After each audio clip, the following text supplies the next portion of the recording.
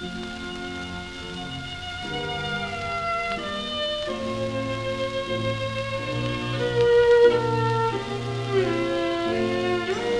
Rhind, MBE, FSA, a man who always says he needs no introduction.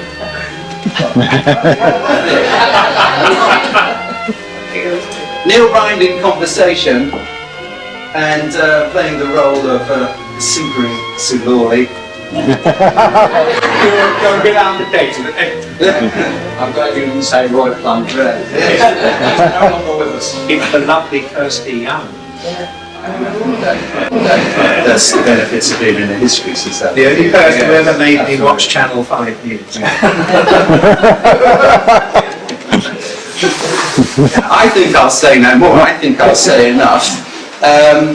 We are making a little history here this evening, though, with filming of the event for posterity. Alan Griffin on camera. My son here, Jack Cross, sound recording the same. I do wonder what, and I do hope that, in 100 years' time, this comes out as some crackling cylinder. We kept the record. You're happy with your makeup? I pass over to you. The floor is yours. Neil. Thank you, Anthony.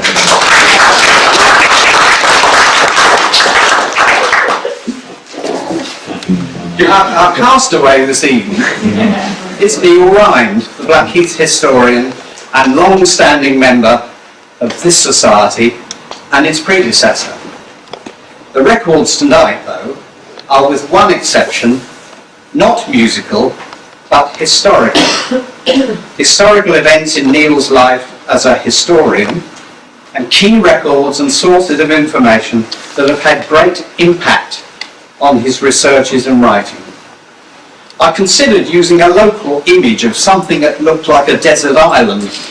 I studied many images of Whitfield's Mountain on the heath. I thought that could look like an island, but I would have to have digitally manufactured the sea and the sunlight. So I'm afraid a picture from the internet will have to suffice. And contrary to advice offered to me by a distinguished member of our society, this will not be a John Freeman, Gilbert Harding face-to-face meeting. Shame.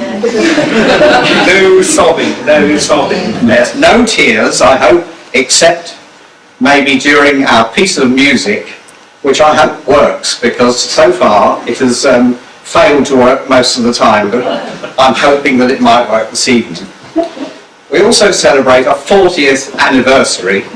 Neil was invited onto the council of the Greenwich and Lewisham Antiquarian Society in 1973 and later served as its president.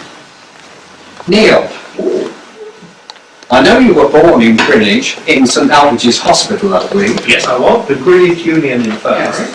But I'm intrigued by your connection with St Marylebone. How did this come about? It's a very complicated story, but we left Blackheath in 1939. My parents made a number of grave mistakes in their life, the first of which was to get married to each other. No, I say that quite bluntly and openly. It was a disaster. And my father decided that we should all go and live on the south coast, Sussex, Seaford, Sussex. But when you think the Hun was poised to sweep across the channel, we always had the view that maybe he hoped that the Hun would get rid of his tiresome wife and even more tiresome 4 children. We went to Seaford, but eventually, because his business took him into London, he's an estate agent in Marylebone, a small flat was found in Marylebone in which my brother, sister, myself and my mother lived. My brother needed to go to secondary school, so Marylebone Grammar School had been evacuated to Redruth in Cornwall and had just returned and was actually looking for pupils. So my mother home along took the boy and said, "This is my son, he needs educating," and the headmaster at the time, Philip Wayne, said, "I'll take him in." And as a result, when we moved to elsewhere, I was also enrolled in the school, but it was because my brother had been there in the first place. And I suppose that is the story as far as it needs to be at the moment. Right. And that is that school there. Oh yes, thank you. Now the main building on the left is still there. It's owned by a large company. But although the school itself closed down because it wouldn't accept the Inner London Education Authority's plans for it to turn it into a sink school for Paddington, the trustees of the school had sufficient strength to close the institution. They didn't own the buildings, unlike Colt School, who owned the buildings, so the leather sellers were able to set up independent school. Marylebone closed down, but the Old Boys Club is still going. I'm not a very active member, but I do go along about that. And the nice little Havisham designed Gothic, I should walk my point out. This bit survives today, very nice indeed. And if you look carefully, you can see on the back wall my brother's initials, under which you will find mine, along with 5,000 other boys. And this was a sort of golden age of the school with Philip Wayne as Philip was a Blackheath person, wasn't it? Yes, it was. At the time I was at the school, there were only 2 people in the institution who came south from the river. One was me, all the way from Bamborough Hill, and the other was the headmaster, who drove up from Morgan Road in his funny little Austin living room car. And he never once offered me a lesson. With hindsight and maturity, I think he was wise. Because if he'd done it once, it would have got a habit and difficulty and what have you. But he was a very important figure in my life and that of many people. When I tell you the sort of man he was, briefly, because we're coming to him later, but he was appointed to the school in 1929 in his mid-20s, good Victorian, teenage headmaster of school stuff. And he had a very good eye for the intelligent boy with no qualifications. And a lot of the boys who came to him, in fact, were refugees from Nazis. And one came along, and he couldn't really speak much English, but he changed his name to Eric Hobsbawm. Who, as you know, died last year, the great Marxist historian. I think Philip Wayne would have been appalled by what Hobsbawm did later, but he had an eye, he knew what to look for. Right. And your first job was at St Marylebone Library. Yeah, it most extraordinary effect on my life, because when we lived in Marylebone, I was 6, and I joined St Marylebone Public Library, junior department near Maple Street Station. And when it came to my schooling, I really wasn't a very good school. It came out of a handful of whatever we called it in those days, GCE. And the headmaster said, "What are you going to do?" And I said, "Well, I've always wanted to work in St Marylebone Public Library, in my ambition." And he, of course, being Wayne, knew everybody. "Ah, is that Geoffrey Buckingham Stevens, chief librarian? Ah, Geoffrey, I've got this boy, he's not very bright." So to say, I think he might well be the sort of person. He did well in history and English. So Geoffrey Stevens took me in. Now, the interesting thing about Geoffrey Buckingham Stevens and his number 2 at the time, LCXC, was that they were trained in Woolwich, under the great Woolwich librarian. Like Dr. Baker. Yeah. Oh no, Baker. Right. Baker, I think. Oh, okay. I mean, Geoffrey Stevens, who's the only man I knew who wore wing collars to work, he was there in the 1930s. I succeeded a man called Duncan Gray, who I think might also have been from the men. I mean, Woolwich Library at the time was considered one of the great libraries. It was. Beautifully run and organised. Yeah. But that's how it all came about. So I went to work at St Marylebone Public Library, where I was very happy because I was in the reference library, and it was my university. I had 3.5 years in time. I had national service in between, working in one of the best public reference libraries in the country. And it's where I learnt my sources. And the people working there, I don't want to be pretentious here, but were cultured. They went to plays and films and read books and art galleries and things, and I was told to get on with it as well. So a lot of my cultural enthusiasms come from that time. Although one I had discovered for myself when I was 14. I was listening to the radio, doing something or other, and I tuned it in, and I heard a performance of a piece of music from the Edinburgh Festival. and it was Marvellous Night Symphony, conducted by Sir John Barbaroli. And it stuck in my head. And when I went to work at the library, they had a gramophone record library. I think it occupied all of this sort of shelf space and other things. And they included the Marvellous Night. So I took it off and played it. I didn't have a gramophone, but the library did when they played it. And I realised it was the work that I had done and been very happy with. And I've remained with MBC ever since. Now he's hugely popular, and even Torvin and Dean dance to his song. It was slightly embarrassing, really, but he's one of the great men. So, what led you into journalism? Oh, well, when I came out of the Air Force, the library didn't appeal quite so enthusiastic, because I could see that if I went off to college, and it was Day Release in those days, people forget that a great many professionals were apprenticed. Solicitors were offered, you were articled to solicitor, you were articled to chartered surveyors. Architects, a lot of people didn't actually go to a university. And librarians were the same. You went to library school. You usually did a whole year non-stop in order to get through your first level of qualification. And I noticed that the people who actually worked very hard and became associates of the Library Association, and then fellows of the Library Association, people like him. Are you a fellow? No. Are you a fellow? Associate. I'll take you back. Associate. Spending their time organising holiday lists and ordering furniture. Nothing to do with helping the public and book. And I went to an organisation called ASLIM, which was the Association of Special Libraries and Information Bureaus, which was also a sort of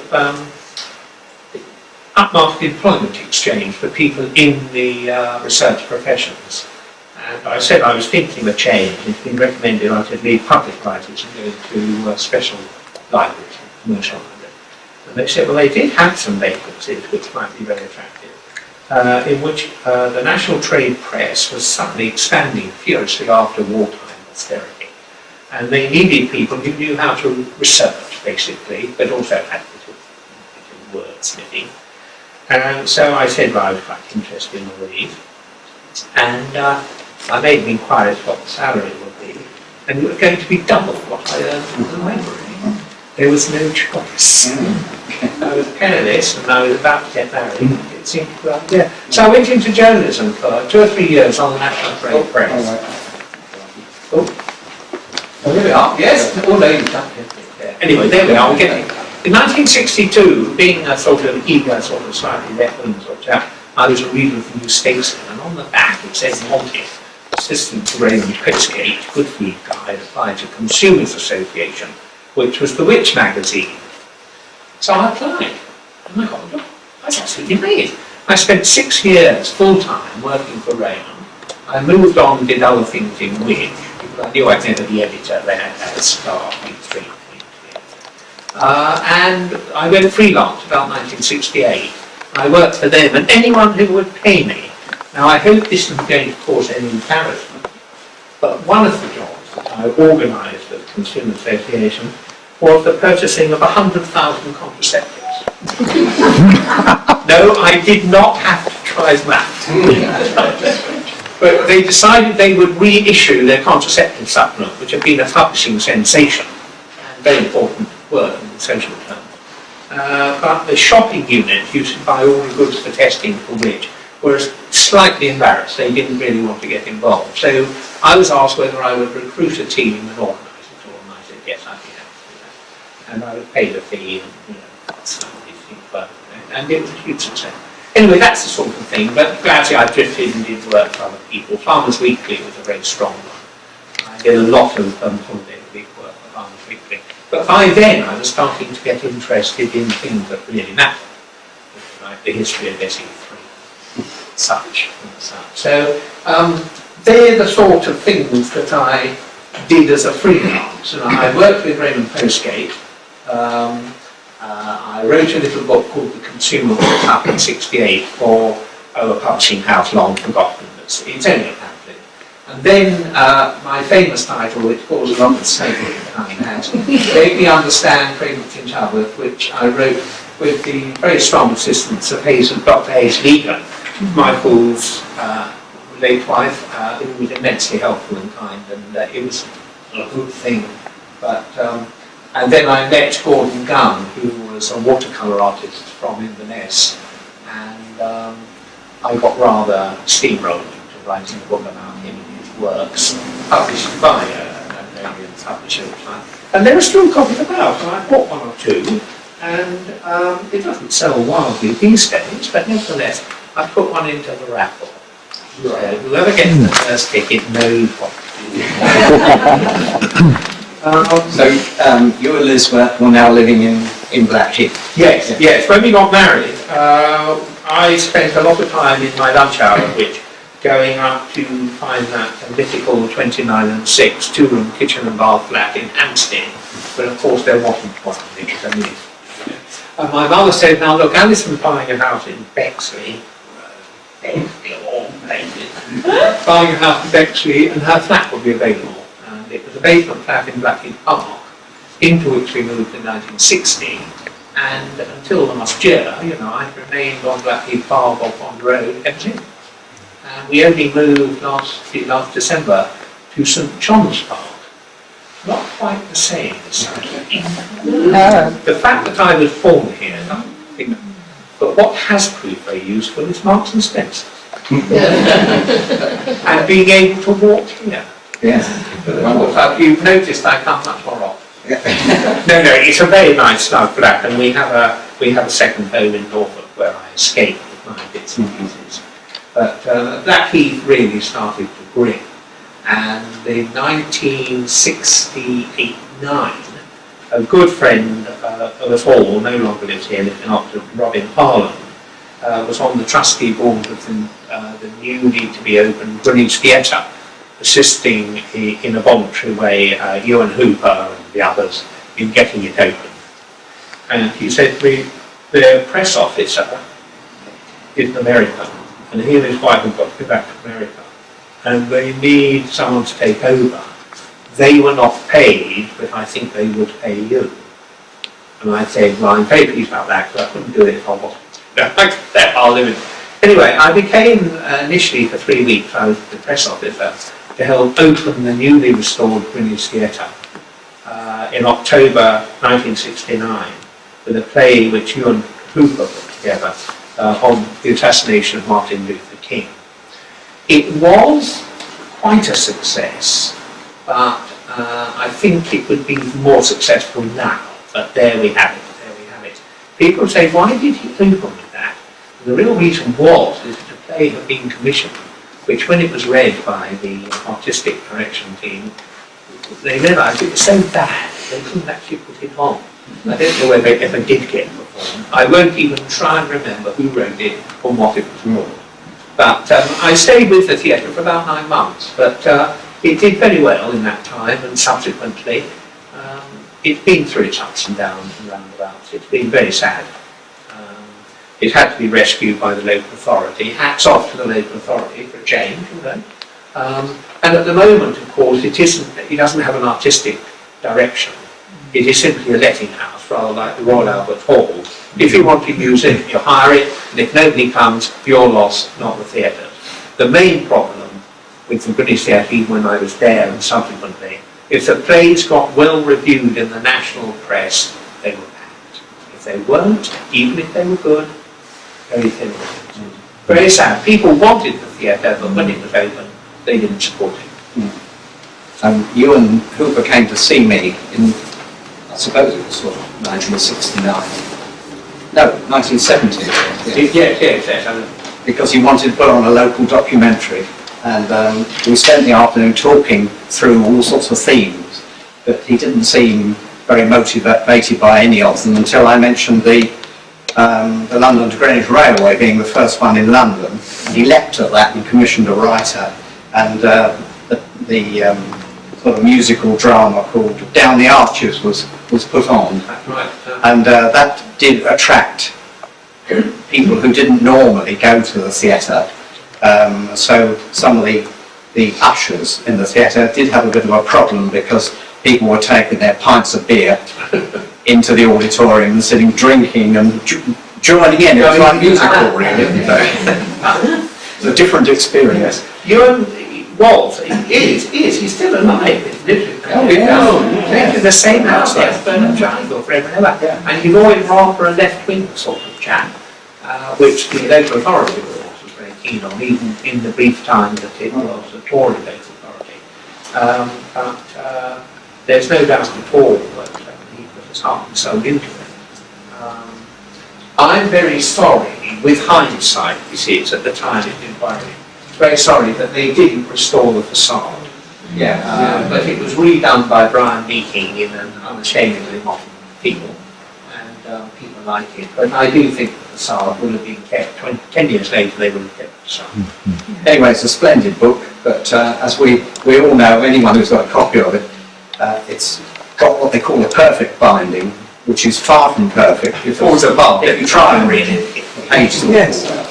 It was not very well it done. was a star of stage screen and the Green Phantom recently. Yes, it was. He Yes, learned about absolutely, it. yeah. He hadn't got one, so I sent him one. Yeah.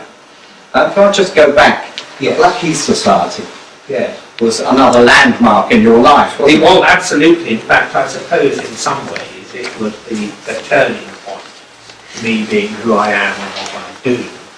I was working for them, which had often been asked to do things, and this was taking the children to Brooklyn Primary School, and bumped into a nice lady called Julian Ledley, who was also taking her children to primary school, and her husband was Warwick Ledley, who then was a dab hand at amateur framing, a very dab hand indeed. He was brilliant at it, but he was also the director of a post office telephone exchange in Lewisham, which is now the Lewisham district. And Mrs. Ledley said, "You can't go on renting that flat in Blackheath Park. So-and-so's moving from a flat in Pond Road, you ought to buy it." And I said, "I have vowed in my life I will have neither a mortgage, a car, or a telephone, no, a television." Within a year I had all three. I wouldn't be without any on. Well, no, I haven't got a mortgage anymore. But Warwick Ledley said, "I'm on the Blackheath Society committee, and we need a press officer, someone who tells newspapers what we're about. Why don't you?" And I've got your name for it. So I said, "Oh, yes, all right, if you must." And we went to the committee meeting, and the chairman was a chap called F.R. Bobby Ferber, the great name. And Warwick said to him, I learned later, "Well, Neil Rhind lives across the road, and because he's freelance, he's got nothing to do. So he'll be a jolly good press officer." And the first meeting I failed to attend because nobody had actually sent me a notice of the meeting. There we go. Warwick was the secretary and should have done so. I think he thought he told me. Anyway, I became the press officer, and the rest, as they say, is long drawn out. But I eventually became on the committee, Ferber's number 2, advisor and helper, and I became chairman in due course. Now I'm a vice president. But I must give a few words to Bobby Ferber, who I didn't know, but he was an extraordinary, he is an extraordinary man. He's 92, still lives in Pond Road, opposite very easily. Bobby Ferber was a solicitor, and he was a senior partner with one of the big companies. It was called Clifford Turner, and when he retired they merged with Cloud Chance to become Clifford Chance, biggest legal firm in the world, bigger than anything in Chicago. Anyway, I went to see him. He was then living in Kidbrooke Gardens, and he seemed a jolly nice man, and we got on very well. And he was very generous because he opened his cellar, his piano, and his library to me, and we've remained very good friends ever since. And I owe him a lot, and in fact, so does Blackheath and Greenwich, enormously so. It is unbelievable what he's done. And he was involved in absolutely everything. I do not know how he was able to do it. He was Yehudi Menuhin's solicitor. He helped open the Yehudi Menuhin School. He was solicitor for the British Film Institute. I mean, dozens of things. He was always there. And yet he still, seems kind of be a family man, and his excellent and lovely wife. Brought up 4 children, 3 of whom are now in Who's Who, as is Bobby. And the only one who isn't, should be, that isn't, but there we go. his daughter became the professor of theology at Yale and then moved back to this country. Now, the Cambridge University head of theology,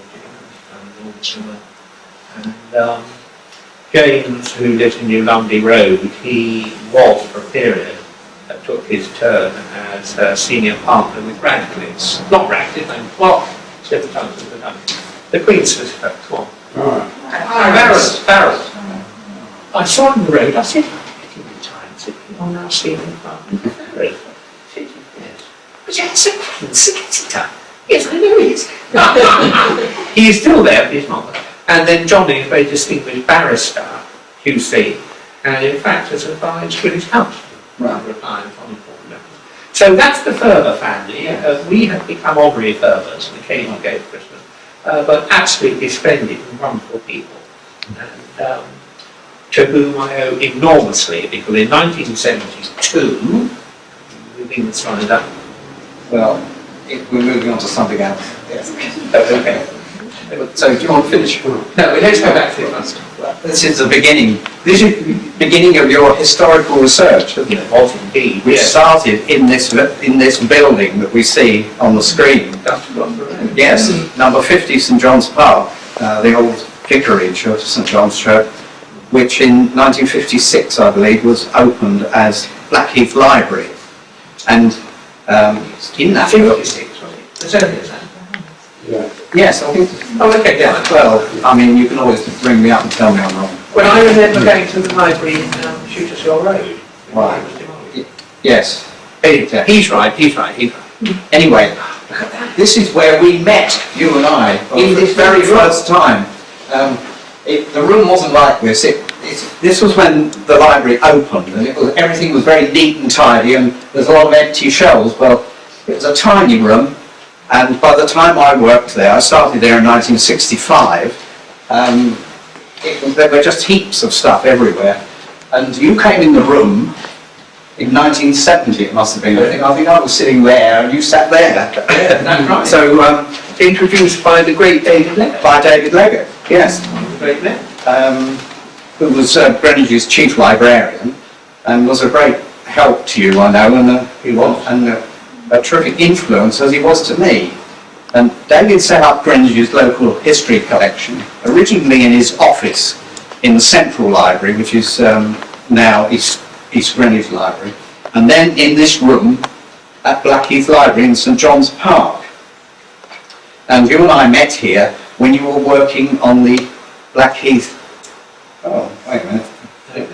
I'll have to come back. I'll come back. No, before. That's it. When you were working on the Blackheath Centenary book, and the GLC commissioned you, I believe. Yes, Ferber said to me, one of my first duties as press officer for the Society, Ferber said to me, said, look, I've got a meeting with I think the GLC by then. Was it the GLC? Oh, GLC. Because Blackheath will be 100 in public care, 100 years old in public care shortly, and they want to do something to commemorate it, and they've asked if we go up and give them some good ideas. So I went up and we met a splendid lady called, I can't remember her first name, but she was called Threadgold. And I made a joke about Threadgold's thoroughbred garterettes, which those of you who will remember just J.B. Morton, little column, she gave us a look which would freeze ice. So that was the end of my sort of joking introduction.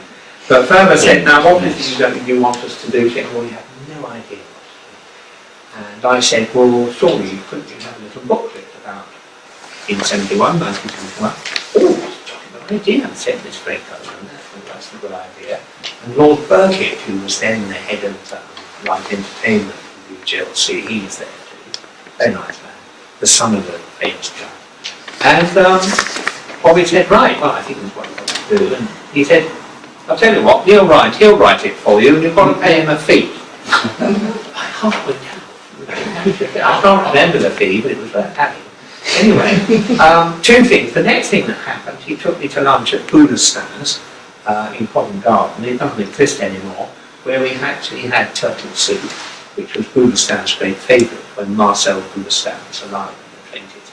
That's where the toffs went from there. Then we came back and I decided I'd better do something about it. And I'd met a man called Bill Fletcher, who was on the committee of the Antiquarian Society. And I said, I'm going to write a history of Blackheath for GLC. Oh, he said, oh, you didn't like the idea of talking to all people. And he said, we're going to mention Humphrey of Gloucester and closing a bit of the heath of the park. I said, oh yes, I'll go back to then, and even earlier. I had no idea what he was talking about.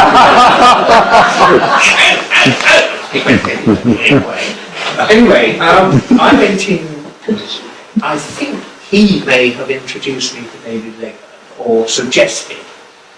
And David Leggett met me with Julian in that library building in St John's Park. And he gave me, and I really am very sorry, although I still had it, I couldn't find it in time, in his distinctive blue fountain pen on a piece of paper, the key events of the heath over 1,000 years.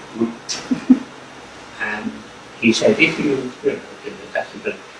So, with the enthusiasm of the novice, I frequently look things up and wrote a book, and it was all a success. And I look back on it now, actually with a certain amount of pardonable pride. It's been reprinted in various forms up until you can see how it's grown, like Topsy, but I still have a sort of strong feeling for that. You can get it on eBay, anything from £4 to £50. And it's remained in print ever since. Yes. Here we have it. That was the last edition, wasn't it? The 2002.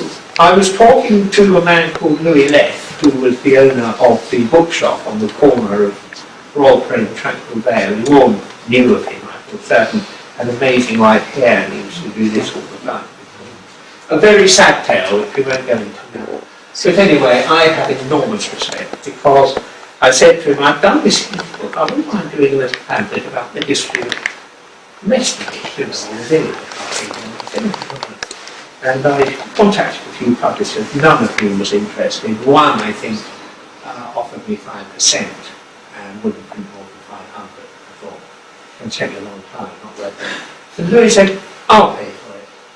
And Louis, bless him, paid for the printing of Volume 1, he paid for the reprint of Volume 1. There we are. Volume 1, that's the original Mucky Cup. Yeah. And then Volume 2, which cost him a fortune, he was appalled by the price of that. And alas, 2 years ago he died in very sad circumstances, so I lost my angel, as they say in the theatre. But he was a remarkable man, again, sort of touching history. He was a clarinet player with all the major orchestras in the 40s and the 50s. He was a child prodigy, terrible parents who drove him seriously on. And he played in orchestras conducted by Toscanini and Bruno Walter and all the great names. But it all became too much for him. He took his own life. But to him, I say thank you, God, very much indeed for Louis Leff. Louis Lefkowitz, of course, another East European Jew who fled, or his parents had fled the pogroms. There we go. And you became a long-standing, a very frequent user of the history collection. I became really rather tiresome fellow. Which I'm going to flip back to.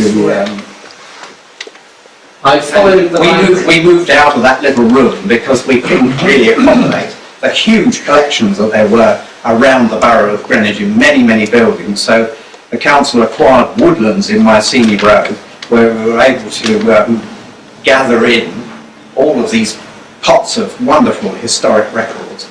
And we moved on to the ground floor to start with, and then in 1972 we moved and properly opened upstairs with a wonderful staff, including Francis Ward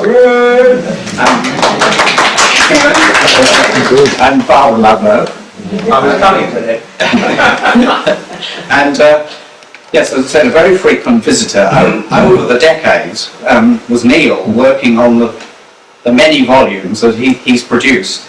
And so together, as the team of the staff and Neil, we looked at all sorts of wonderful, fascinating records, boring records, incomprehensible records, and he was there for hours and hours and days and weeks, quietly puffing on his pipe when he thought we weren't looking, but of course we always knew because we could sniff. Yes, that's true. But then, he was in good company, because the first visit that I ever made to the Society of Antiquaries Library, the librarian, who everyone was in great awe of there, sat in the middle of the library at a desk smoking his pipe all day long. How times have changed. Right, well that's... Yes, it was a remarkable period. Not only am I having to earn a living and bring up wife and 2 children, we never seem to grumble too much, or perhaps in their duties they'll grumble over spine or neglected them furiously. Through one of the great local historians, a man called Alfred Arthur Roger Martin, known to some Roger Martin, A.A. Martin to people like Julian, myself, Mr. Martin. He was a phenomenal local historian. I suppose the other one, a bit like him but more sensible, was John Kirby, being the history master at Rome and wrote a definitive history of the Rome school. But A.R. Martin was acquisitive, and he was rich enough to be very acquisitive, and he collected enormous quantity of material, some of it medieval, huge numbers of prints and that thing, all to do with Blackheath and Greenwich. His obsession was really, I suppose, pre-1850 really. He wasn't quite so keen on the Victorian stuff. Although his photographic survey of the 1930s are extraordinary. If he hadn't been nagged into being a solicitor like his father, and he hated working for his father, so he became a treasury solicitor, drafting deeds and documents for government, he should have been a photographer, and a phenomenal quality of photographer. He had very good cameras, and he went all over Greenwich, Blackheath, and elsewhere, but mostly locally, taking pictures of buildings which were doomed. Doomed, he knew, because people were knocking down, but doomed because Hitler was on his way. He didn't know Hitler was coming, but thank God, in a way he didn't. He kept taking pictures, and a great many of the archive pictures he took now are the only record we have, a large chunk of Greenwich and SE3. Absolutely amazing. And he was joint founder of the Blackheath Preservation Trust. He is founded the Blackheath Preservation Trust, and a man called William Davidge, who was a town planner before that became a disgraced profession.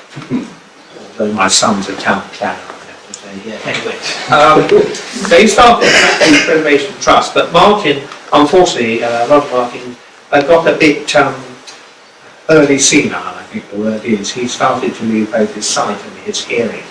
And he was very trembly and wobbly, and he died much younger than I am at the moment, rather sadly.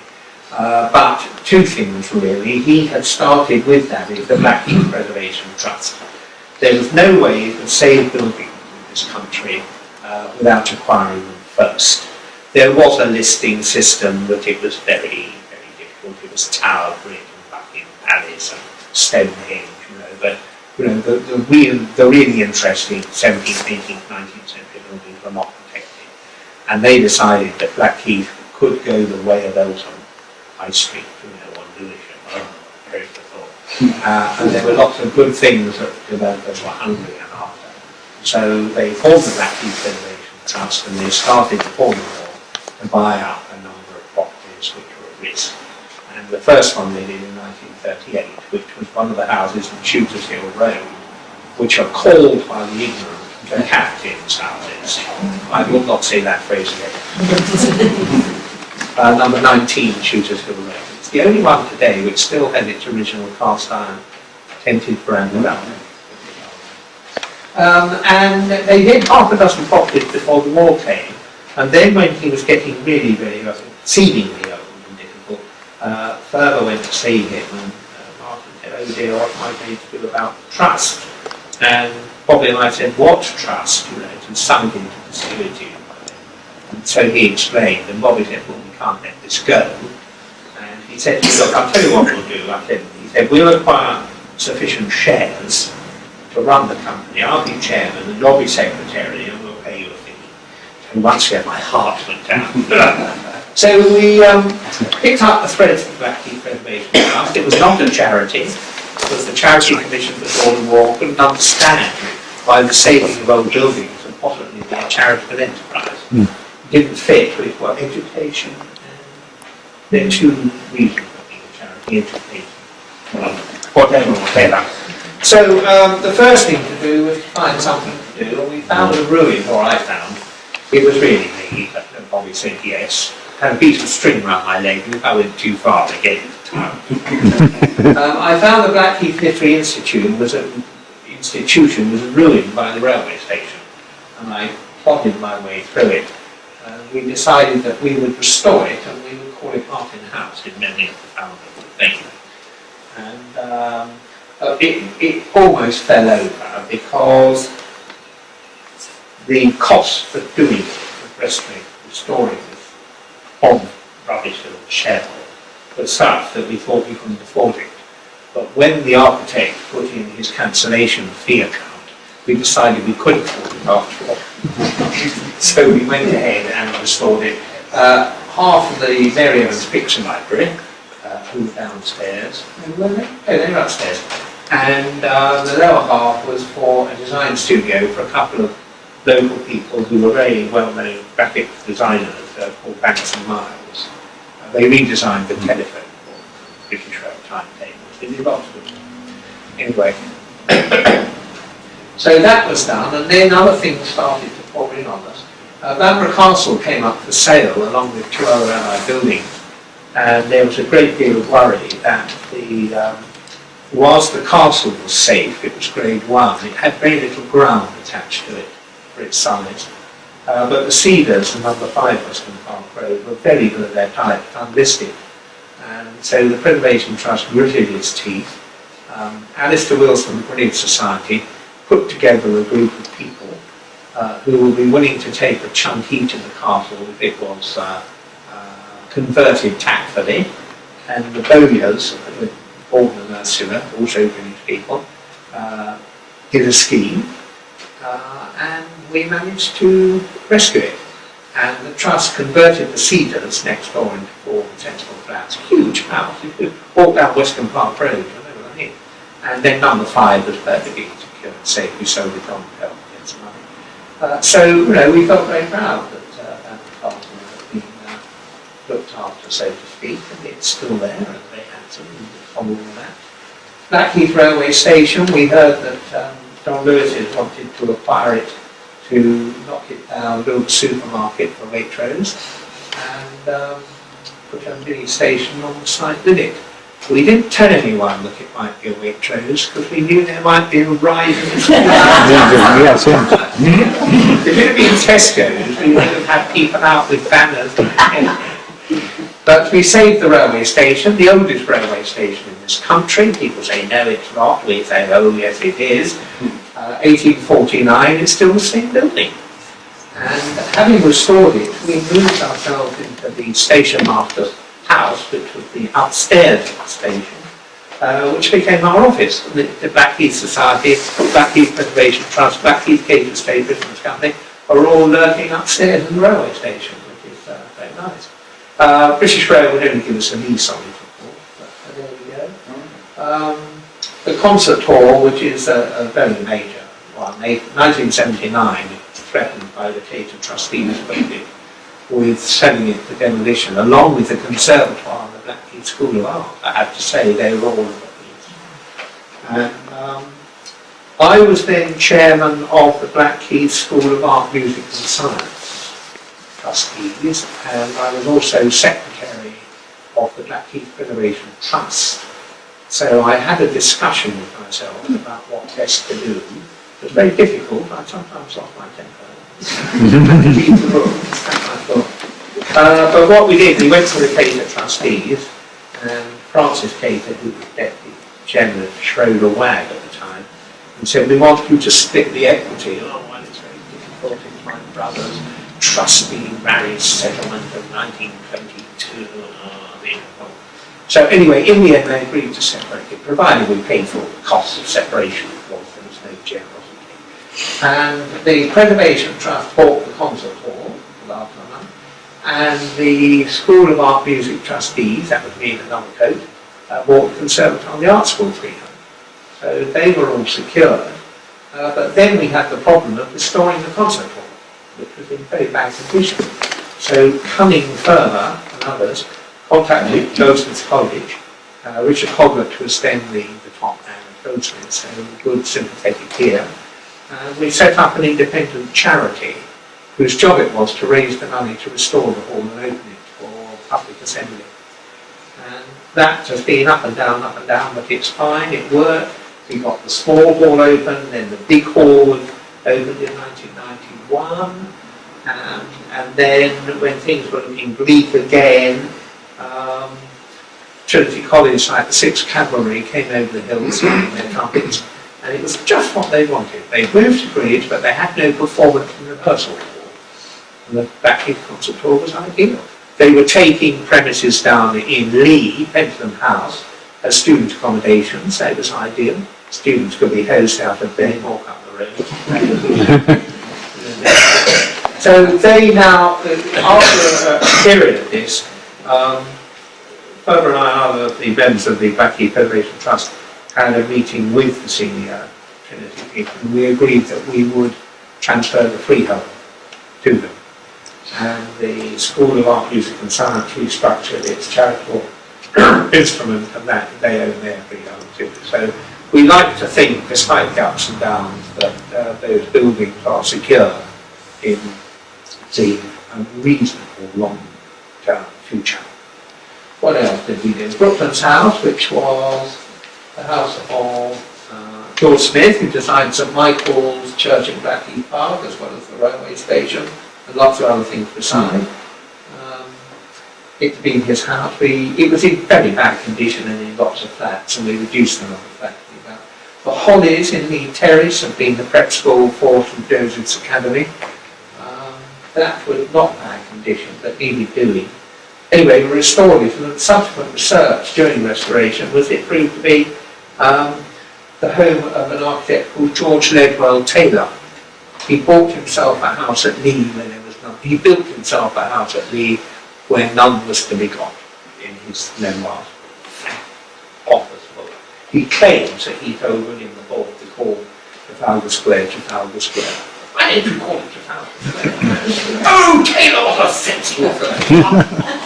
Anyway, so that was very good, and that was all these buildings are listed now. They weren't at the time. Poplar Cottage, which is the little weatherboarded cottage on Charlton Road, which I'm rather sorry has been a bit spoiled by the new owners repainting it.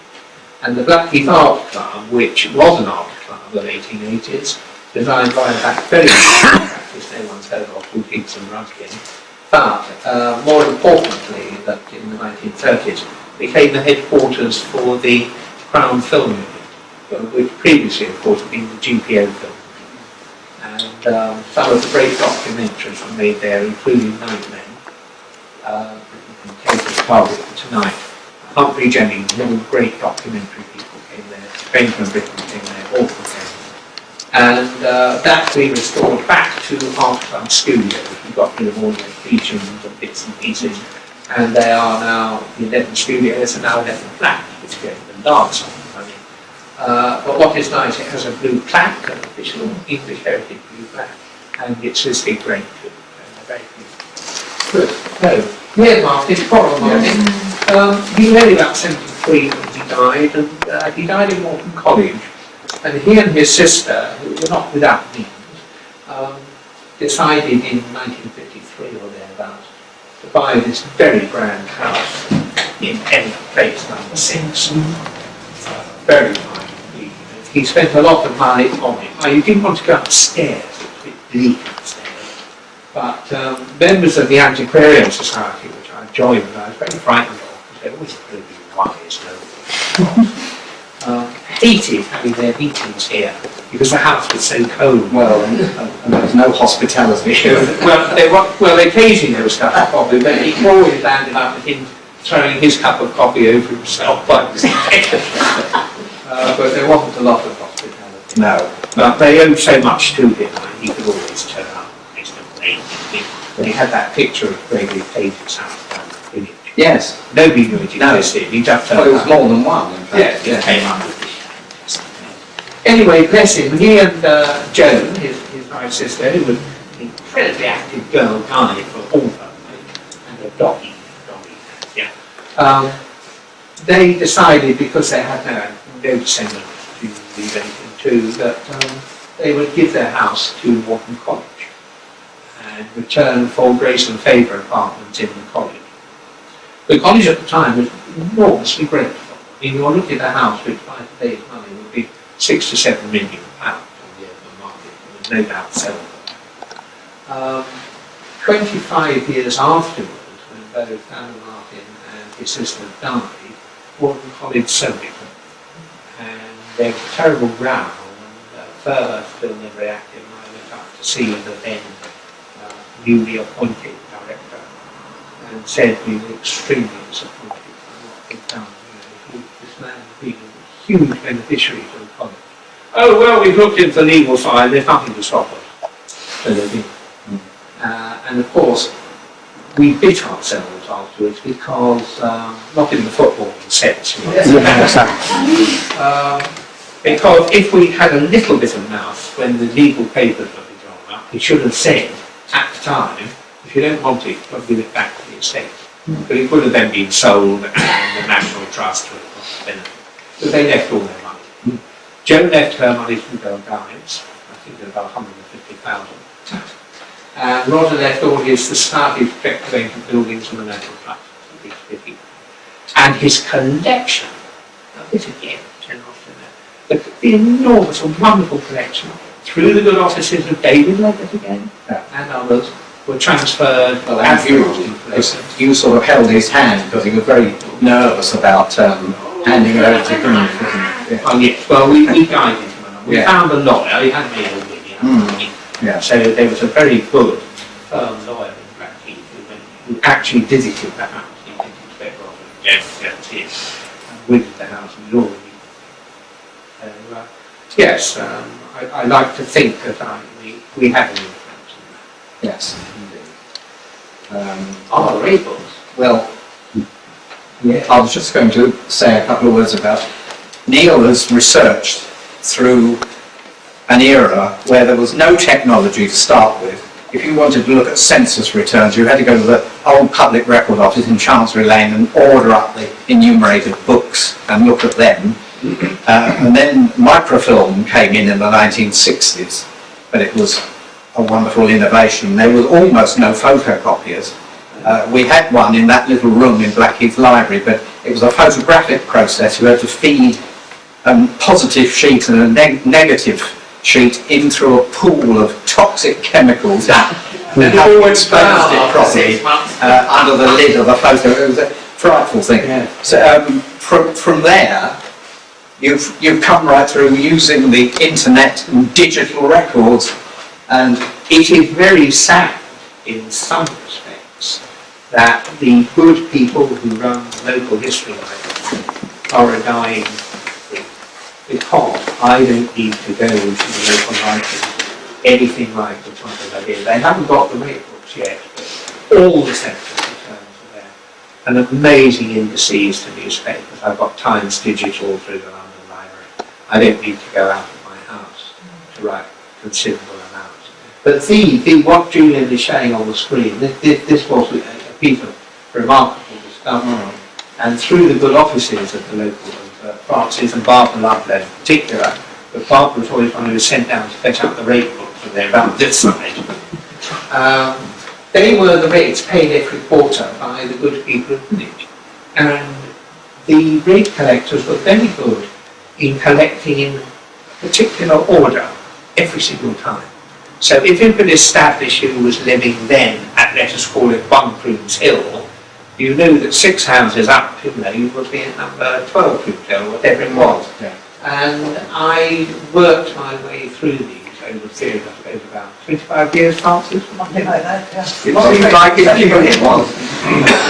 Right up until, I think, about 1905, 1907. I stopped there, although Greenwich do have them up until the 30s. The tragedy with Lewisham is is that some Chatsworth Town Hall, 1950s, sent all their rate books up to 1914 for pulping, and Maybank and scrap. But one or two, the good, name, I think it, what, Carl Harrison. Carl Harrison. Yeah. Carl Harrison. I think 4 volumes survived, didn't they? And then the man who was responsible for getting rid of the rate books, or his widow, can't remember, wrote in to say one had so appealed to him he kept it. And it was the first one, 1727 to 1747. Wonderful stuff. So with the fragments that were available, one was able to put things together. But the early rate books, which start for Greenwich in 1691. 1691, absolutely correct. Yes. This is a page from that very you first. can work volume. your way through. You see how much people paid based on the value of their house, and where there are gaps. It's possible to follow things through. And it's all very clearly written as well. Beautifully, yes. Beautiful. Bill Fletcher, who was a chartered accountant, he used to add up the figures and find mistakes. So it all got into these things, all Yeah. So we just roll on and on and on. Anyway, in a sort of lighter vein, this was your excursion into Greenwich Park. guides for walkers. You might one around Greenwich Park and the Blackheath Village guide, in which you collaborated with Tony Aldous on that one. Well, he didn't do very much. Right, and Peter Kent. Always prosper. And, Peter Kent. and you and Peter Kent did. Oh, that's right. Peter Kent. Marvellous. Another great man. Yes, a great man. He ought to be here. Yes. Peter Kent, on the great man of Greenwich. Oh, Right, now then, oh dear, embarrassing. you have been honoured for your formidable work in saving buildings. We saw from that list earlier how many buildings were saved by the Trust. I think the NBE was largely the Concert Hall Conservatory. Right. Yeah. And then you became a fellow of the Society of Antiquaries. Yeah. I believe under the new system, not the old system when Robert Somerville was there, where it was still rolling the balls, and if a black ball appeared, then that person was not elected. I think actually no, it's still people who have not elected. But Yes. On the voting. But not with the your collaboration with Philip Cooper, the owner of the Pagoda. Still is elastic as far as he's concerned. What, no buyers? Yeah. Fantastic price. All right. 3.5 million instead of 3.75 million. Oh. But he has applied an enormous amount of time, effort, skill, design, money into restoring the building. And thoroughly enjoyed this. My only regret with the book is that we put in too many pictures, as with the book, and they're a bit too small. Some of them not being reduced. But it's a good read, and it is a definitive history of the Pagoda and of Montague House, because the Pagoda was the sort of pavilion and garden for Montague House, which had 9 no stables. And then that's, the recent very great work, a monumental piece of research, and with how many illustrations? 400, is it? 400. 200 too many. Reproduced. 200 too many. I wish somebody had. I had a copy editor of the text, but I didn't have a pictures editor. And I wish I'd had, because I think a picture editor would have taken me to one side and said, look, you don't have to have every single picture of number 1 in ruins. 1 would suffice, wouldn't it? But still, it came out, and I think it's saying gently, and it is. Yes, it is something I always wanted to do. And then there's volume 3. Well, this is. I will mention your less well-known works. Your definitive work on Jack the Ripper, the Blackheath connection, supposedly. It's held in some regard by ripperologists. Indeed. Yes. What makes me cross about it, though, is that people lift it and produce it on websites. Yeah. Hundreds and hundreds of websites. They go on thousands of pages. Yeah. With that Montague drew it. And similarly, the conclusions you came to in that typescript and the lecture are again all over the internet, unattributed to Neil, of course. Oh no, it's fine. Well, Dan is another. Well, no, I'm not talking about Dan. Dan's fine, yes. Yeah. But all sorts of other sites, They will be lifted. Yeah. Dan Burt's an Australian historian who, like me, in fact, is an amateur, so the academic world won't really accept him, and he's very bitter about that. But he got in touch and said he got this list of people who were involved in shipping convicts to Australia. They lobbied the government to reintroduce transportation, and they were all involved in shipping, victualling, ship insurance, and one of their leading merchants, a West Indies merchant, a man called Duncan Campbell, in fact was the Commissioner of Convicts at Woolwich. So he chose the convicts who were going to be transported. And he gave me some of these names. I said, oh, I know all these people. They're all members of the Blackheath Society of Golfers. And they were. It's a Masonic order. I'm wearing their tie. Because I'm proud. I'm an honorary member. I've never played a game of golf in my life. But And they all lived very close to each other. they all lived in Dartmouth Row, more or less, or in, you know the famous picture of the golfer with the cocked hat and the caddy, and he lived in a house which survived in Greenwich buildings. He was a sugar merchant with West Indies connection, probably technically a slave owner, but he wasn't a slave trader. And they were all involved in this. It was all Masonic. But that's what people did, you see. In the summer they could come and play golf. Golf was founded in Blackheath in about 1745. Whatever you're told about 1608, load of rubbish. Anyway, and they were members who'd fled Edinburgh from the Pretenders' invasion of the city, but wanted to continue their mercantile business, so they came to London, where they make a lot of money, and they wanted to play their favourite game, which was golf. And they came up to Blackheath. They thought this was quite an unusual game. And thereafter, Royal Blackheath Golf Club, as it became, played golf on Blackheath until 1923. And then they merged with Eltham and they had their own, a hugely grand and distinguished lot. But I'd say it really quite an extraordinary start. But anyway, Dan Burt was over the moon. Anyway, it came a little bit. And it was a coming together of knowledge which created that article. Yeah. And I hope you haven't forgotten the essays that you wrote for the Ideal Homes website. They're still on. Yeah, still there. The long essays, which are fine. Yeah, no, I keep doing things. What am I involved in at the moment? Oh yes, there's talk of publishing what are called the Blackheath Golf Poems by a man called Thomas Marsh. Dozens of them, very long, very funny. They're not brilliant, they're not quite as bad as McGonagall, but they're worth reading, they're really worth reading. And one of the golf people, John Nash, who's a designer, is putting together a very elaborate book, and I've been asked to research Thomas Marsh, who was the chap who wrote these. Right. So there's always something on the go. Well, Now, the other thing on the go, the long delayed. it's all his fault. No, I was in my home and it was a dark and stormy night, and it really was. And a man who, perhaps I shouldn't name, knocked on my door about 10 and said, I think you'd like these, Neil. He was a Canadian architectural historian, well known in Blackheath and elsewhere. And he thrust into my hand some photocopies. He had actually worked in the drawings collection of the RIBA. And these, they didn't know what they were, but he had a feeling that there was something interesting. Would I like to let him know?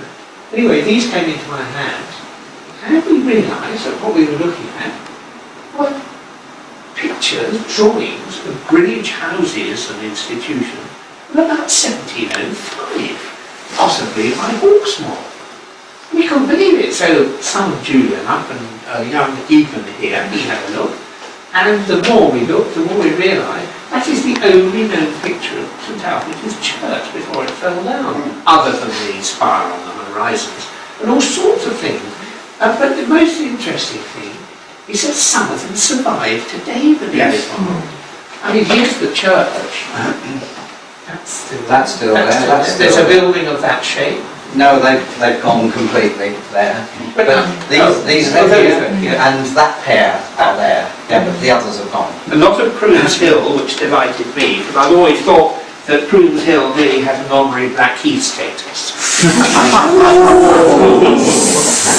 Well, the top end is the Blackheath waste. The bottom Anyway, end as far as I'm concerned, Anyway, it is yet to... and Julian and I have done, I have to confess that it's taken us a long time, but we've both been busy. About 6 years. Yeah. But it has I've got a been 40-page booklet. That's not many pages a year.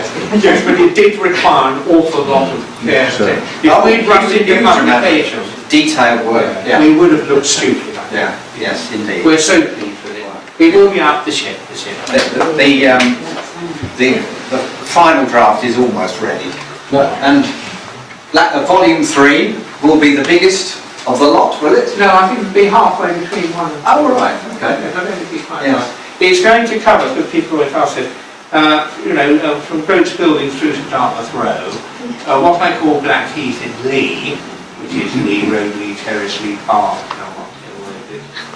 and then I have included, although I'm having cold feet at the moment, what I call North-West Blackheath, which is West Grove, Crooms Hill, Diamond Terrace, Hyde Vale. I mean, all the research is done, and I can put it in, but the printing costs are astronomical, and we haven't got a million left to pay the bills anymore. But that's what I'm working on, and volume 2, which is out of print, has 3 sections, and it's been suggested that I revise each section and publish them as thinner books, and call them volumes 4, 5 and 6. So a lot more to do. A lot more to do. Now we all have to hold our breath. Will it work? Shall I tell the story before you put it on? I don't think it's going to work. No, nothing. Tell the story. Right, well, the story, which is one unbelievable memory, but I did want to include it. We talked earlier of my headmaster, P.A. Wayne, Philip Arthur Wayne. Very clever man. He was a very skilled cellist. He was a scholar of German. He was at Birmingham University.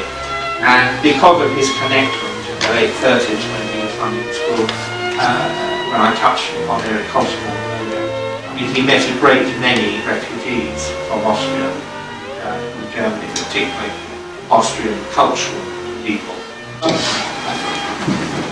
One of the great Austrian musicians was a man called Arnold Rose, R-O-S-E, no accent, so I'm never quite sure how they pronounce it, and I've heard people say.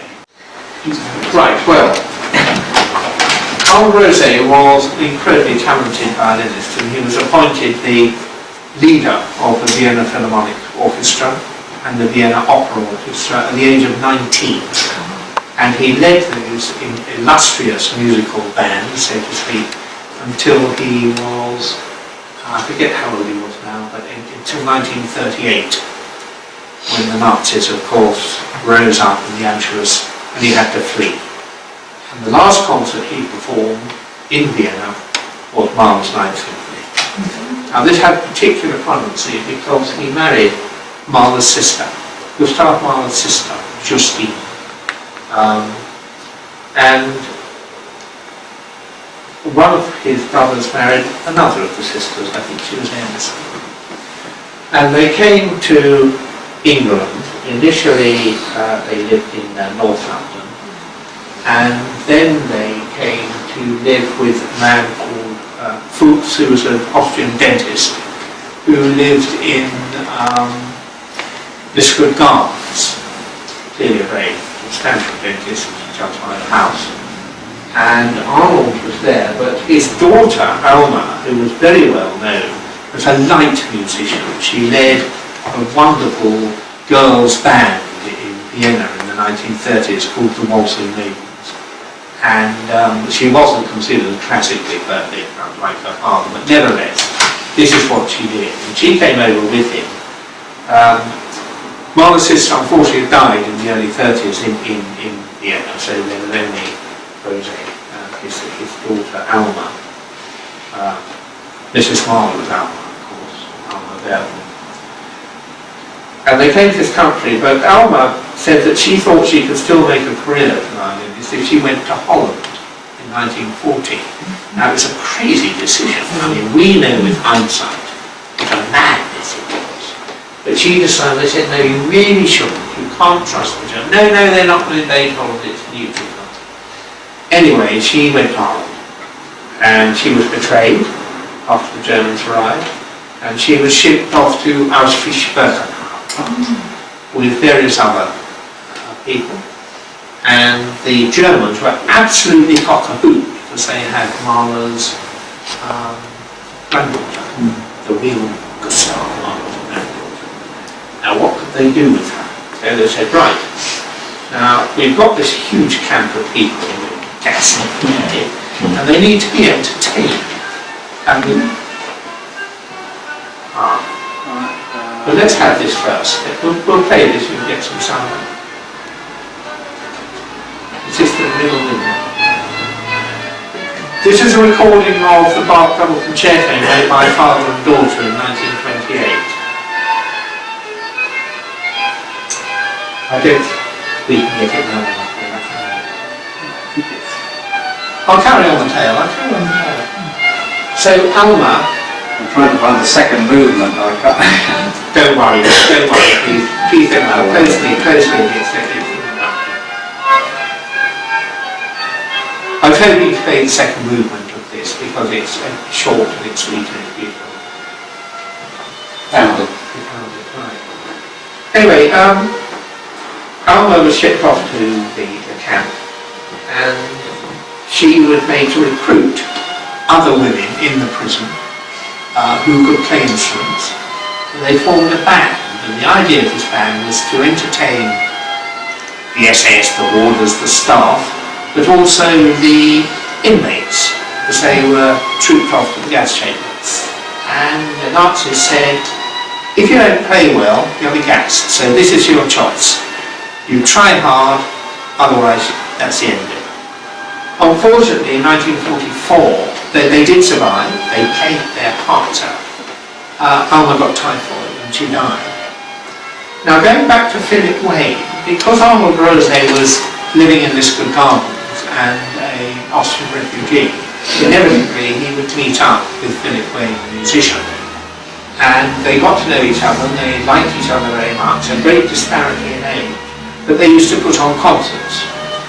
And one of the most tragic was that in 1944 they put on a concert at St Michael's, Blackheath Park, and Wayne had discovered only a week or two before that his only son had been killed in the Italian campaign, and Rose did not then know that his daughter had died of typhoid in Auschwitz at about 7. And I feel very much the benefit of having known Wayne and what he did. Right, I'll have to stop it there. No, don't worry, computer. Well, we've had a little flavour of it. But I never thought when I first heard the Mahler 9, in 1952 or 3 or whenever it was, when I was at school, that it would come back to me in quite such a dramatic way. And so I think I need to go and wipe my eyes and get on with that. Thank you all.